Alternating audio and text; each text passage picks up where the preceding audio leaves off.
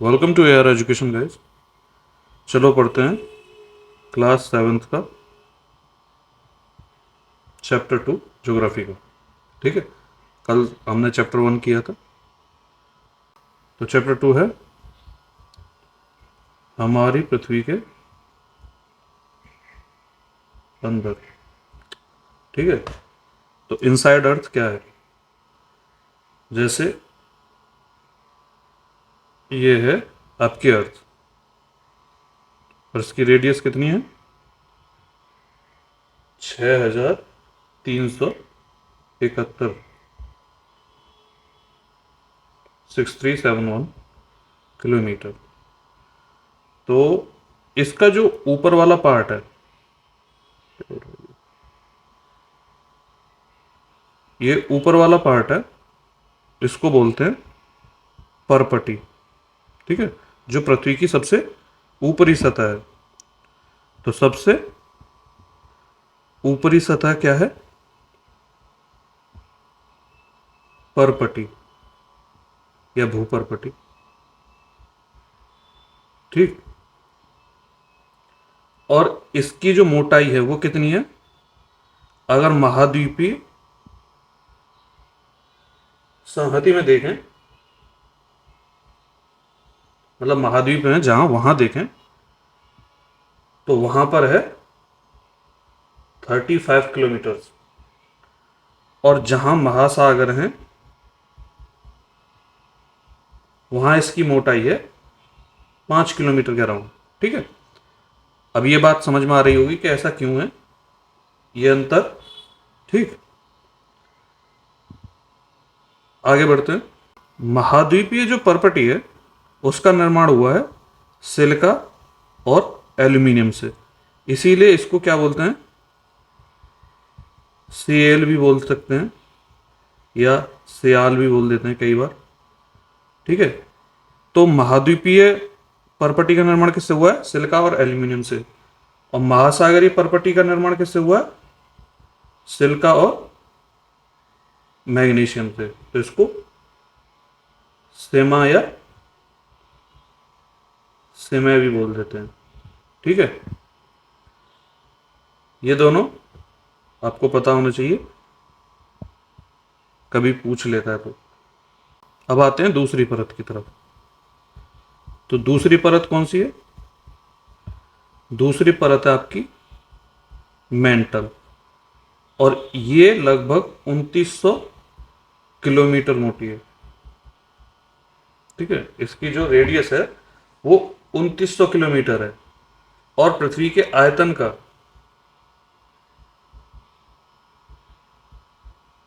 84% क्या है? यही है। क्योंकि जो आपकी भूपरपटी है वो तो आप 1% के अराउंड मानो, और 84% आपका मेंटल है। बाकी जो 15% है वो आपको तीसरी परत है, जिसे आप कहते हैं क्रोड। ठीक है, और क्रोड कितनी है? क्रोड है,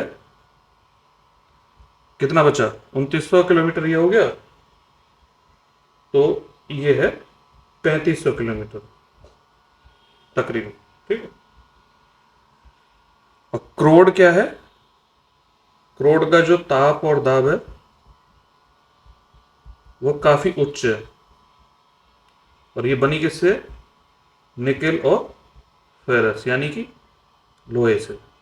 इसीलिए इसको भी कई बार निफे कहा जाता है।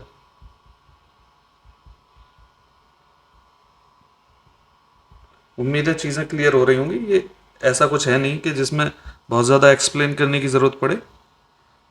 पृथ्वी की परतों के बारे में बात हो रही है, इसमें मेंटल के बारे में ज़्यादा दे नहीं रखा है, इसलिए मैं मेंटल को थोड़ा अवॉइड ही किया है। बाकी कि वो तरल अवस्था में कैसे कौन कौन से भाग हैं, वो सब अगर इस आगे की क्लास में ही पढ़ो तो ज़्यादा बेहतर है, क्योंकि अननेसेसरी इन्फॉर्मेशन देने से खिचड़ी बन जाती है।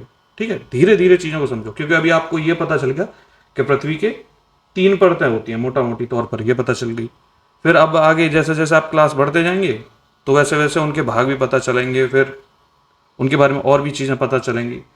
ठीक, तो अभी हमें 3 परतों के बारे में पता चल गया। अब बात करते हैं शैलों के बारे में। शैल क्या होते हैं? शैल तथा खनिज। तो शैल जो होते हैं ना, देखो होता क्या है कि जैसे ये है, साधारण रूप से ऐसा ही माना जाता है कि ज्वालामुखी ऐसा होता है, इसलिए मैं ऐसे ही बना रहा हूं। ठीक है, वैसे भी ज्वालामुखी के कई प्रकार होते हैं। ये ज्वालामुखी है, ये है आपका लावा, और ये लावा ऐसे ज्वालामुखी से निकलता है। ठीक, तो जब ये लावा ठंडा होता है तो क्या निर्माण होता है? तो निर्माण होता है शैलों का। शैल मतलब चट्टान। ठीक, अब जो, और इन्हीं चट्टानों को क्या बोलते हैं आप? प्राइमरी रॉक्स भी बोलते हैं। ठीक है,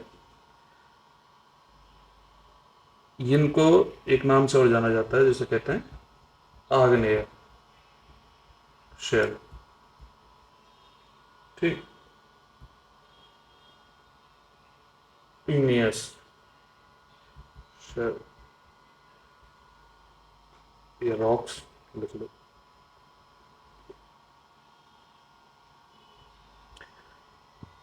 अब बात करते हैं कि ये अगर ठंडा कैसे कैसे हो। जैसे ये ठंडा अगर बाहर निकल के होगा ना, तो जो शैल बनेगी उसको बोलेंगे बहिर्भेदी शैल, यानी कि एक्सट्रूसिव।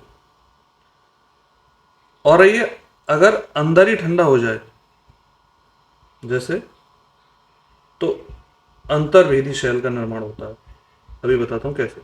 होता क्या है कि देखो, पृथ्वी की जो सतह है वो ऐसी नहीं है कि बिल्कुल एकदम, जैसे ये जो नलिकाएं हैं ये सिर्फ ऐसे ही ऐसे हो सकता है यहां पे भी हो।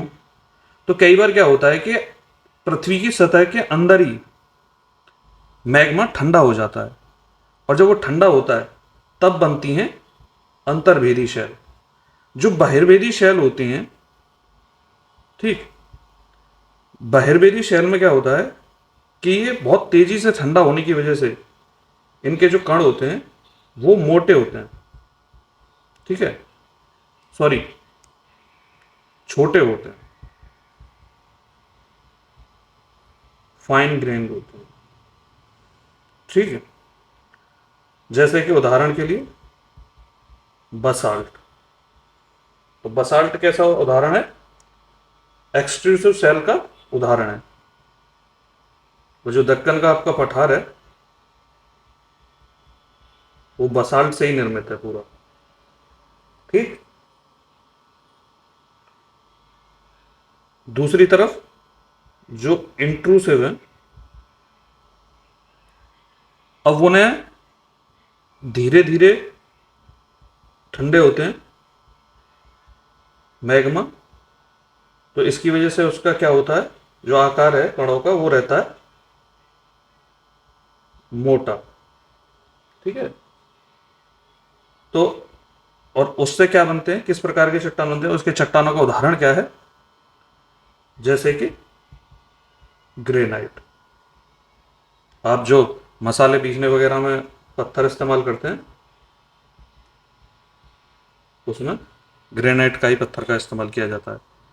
ठीक है, तो ये हो गया कि लावा, सॉरी एक ये लावा, लावा से कौन सी सेल बनी? आग्नेय। आग्नेय में कौन से प्रकार हो गए? दो,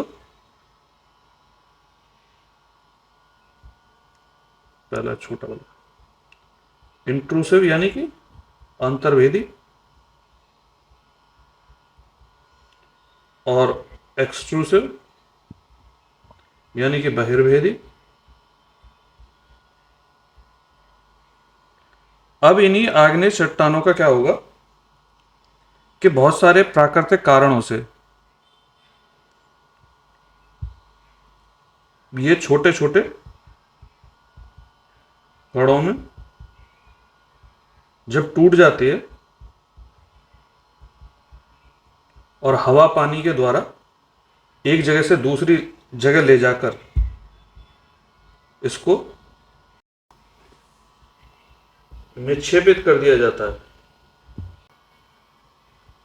तो ये हवा पानी के द्वारा दूसरी जगह पर ऐसे परतों के रूप में जमा दिए जाते हैं और समय के साथ साथ ये दबाव के चलते कठोर होकर अवसादी सेलों का निर्माण करते हैं। अवसादी सेलों का मतलब कुछ नहीं है, जो अवसाद से बने होते हैं। अवसाद मतलब कि जो छोटे छोटे टुकड़े हैं, कण हैं, जो विभिन्न शैलों के, विभिन्न टाइप के शैलों के, उनसे जो बनते हैं उनको अवसादी सेल कहते हैं। अच्छा, कई बार क्या होता है कि बहुत सारे पेड़ पौधे, जीव जंतु इन्हीं शैल परतों के बीच में दब जाते हैं, तो कई बार ये चांसेस होते हैं कि इन्हीं के बीच में क्या मिलते हैं आपको, जीवाश्म मिलते हैं या जीवाश्म ईंधन भी प्राप्त होता है।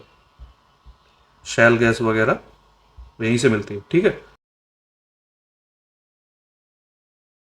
अब आते हैं शैल चक्र पर। शैल चक्र क्या होता है?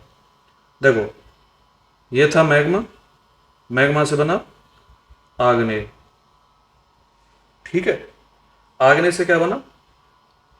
अवसाद बने, और अवसादों ने क्या किया? अवसादी शैलों का निर्माण किया। अवसादी शैलों से क्या होगा? कई बार क्या होता है कि ताप, उच्च ताप, सॉरी, उच्च ताप और उच्च दाब के चलते अवसादी शैलों से और आग्नेय शैलों से एक नए प्रकार के शैल का निर्माण होता है, जिसे कायांतरित शैल कहते हैं। इसको इंग्लिश में कहते हैं मेटामॉर्फिक। ठीक, जिसका मतलब होता है रूपांतरित।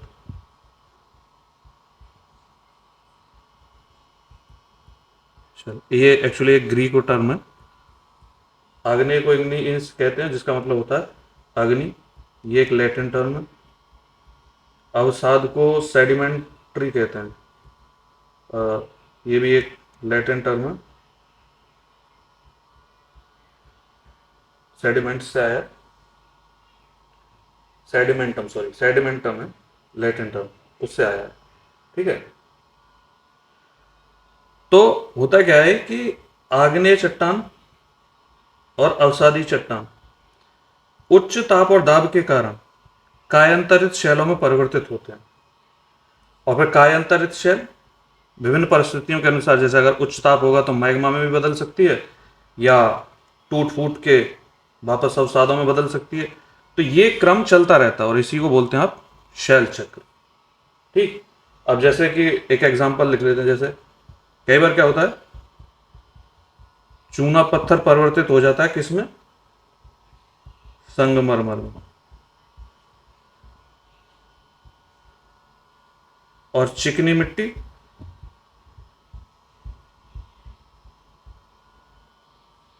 स्लेट में। ठीक है, तो ये इनकी काया पलट होती है।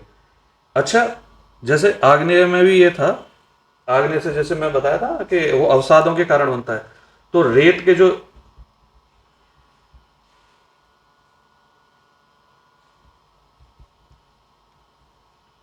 रेत के दानों से निर्माण होता है आपके बलुआ पत्थर का। ठीक है, पत्थर भी लिख देते। तो ये है आपका शैल वाला चैप्टर। इसमें इतना ही था, इसमें ज़्यादा कुछ था नहीं। शैल कितने प्रकार के होते हैं? शैल 3 प्रकार के होते हैं, वो सब मैंने बता दिया। और जो भी चीज़ें थी कि पृथ्वी की 3 परतें हैं, वो सब मैंने बता दी।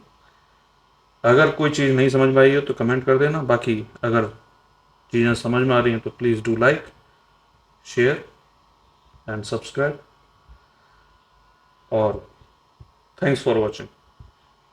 मिलते हैं चैप्टर 3 पर।